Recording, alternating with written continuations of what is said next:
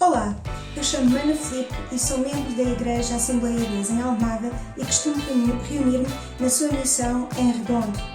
Em resposta ao convite para participar na gravação de um devocional, gostaria de o convidar a refletir comigo num trecho específico da Bíblia que se encontra em Salmos, no capítulo 136 e no versículo 1. O mesmo versículo indica o seguinte: Louvai ao Senhor porque Ele é bom, porque a sua benignidade dura para sempre. Ao ler este versículo, a minha atenção recai em 4 palavras-chave, que são louvai, porque, benignidade e sempre. A primeira palavra, louvar, é um verbo e ele é-nos apresentado na forma em imperativo, ou seja, é uma recomendação a uma ação, e essa ação é louvar. E o que é louvar? Louvar é reforçar as características positivas de alguém, como por exemplo o Presidente da República, quando condecorou Cristiano Ronaldo, estava a evidenciar as suas conquistas futebolísticas e o contributo que isso deu para a visibilidade da nossa nação. A Bíblia indica-nos que devemos louvar o Senhor, isto é, apresentar as suas características ou refletir nas suas características que, ao contrário das pessoas, são todas positivas e benéficas para com os seus filhos. A Bíblia refere diversos versículos acerca de Deus ser propício nas suas ações em favor dos seus. Como, por exemplo, em Romanos nós verificamos que existe um versículo que diz que todas as coisas contribuem para o bem daqueles que o temem. Mas a Bíblia não nos recomenda esta ação de louvor de forma vazia. Ela apresenta-nos uma justificação, uma razão pela qual devemos louvar ao Senhor, e isso é reconhecível pela palavra porque. Porque é um advérbio, ou seja, é algo que complementa a ação, complementa o verbo de louvar. Então devemos louvar a Deus porquê? A resposta segue-se no mesmo versículo com uma referência às palavras benignidade e sempre, porque a sua benignidade dura para sempre. De uma forma simples, a Bíblia justifica a ação de louvar, apresentando-nos as características de Deus que devemos reconhecer e utilizar nesse louvor. Acho particularmente interessante que em todo este salmo a justificação, a sua benignidade dura para sempre, surge 26 vezes. É algo muito importante, a benignidade que dura para sempre do nosso Deus.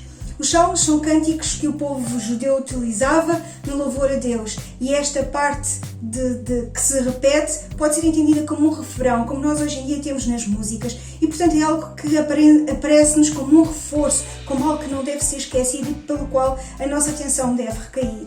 Esta característica de Deus é muito importante e é assim reforçada neste Salmo 136.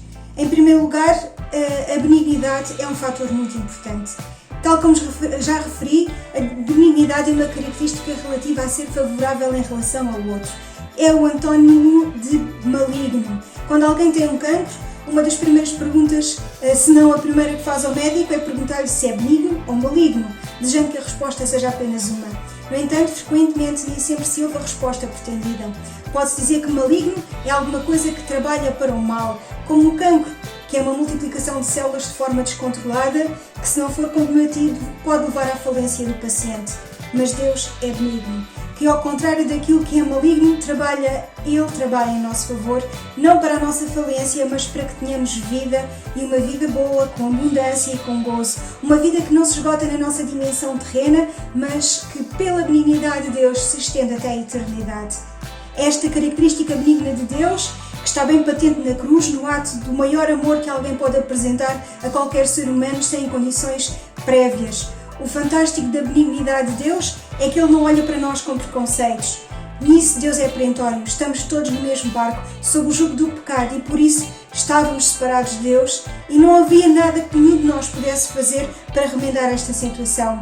Mas Deus podia e já o fez. E Ele fez o que era necessário, enviando Jesus à cruz para morrer por cada um de nós, para ser benigno em nosso favor, para que nós possamos ser seus amigos e reconciliados com Ele e gozar da sua benignidade toda a nossa vida.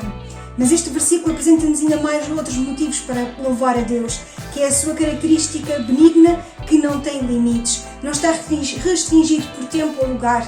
Tal como Ele, que é eterno, a sua benignidade não tem fim, dura para sempre. Não é só para pessoas num determinado lugar, que vivem numa determinada época, é para sempre, todos os dias, eternamente. E isto é maravilhoso, porque significa que Deus é benigno connosco, hoje, amanhã e sempre. Quando um dia estivermos na sua presença, aí também Deus nos será favorável.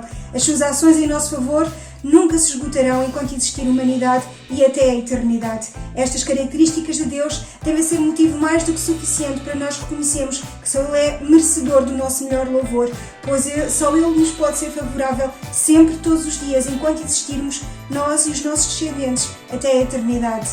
Por isso, convido a louvarmos ao nosso Deus, porque Ele é imutável e eterno e será eternamente benigno para aqueles que o amam e fazem a sua vontade.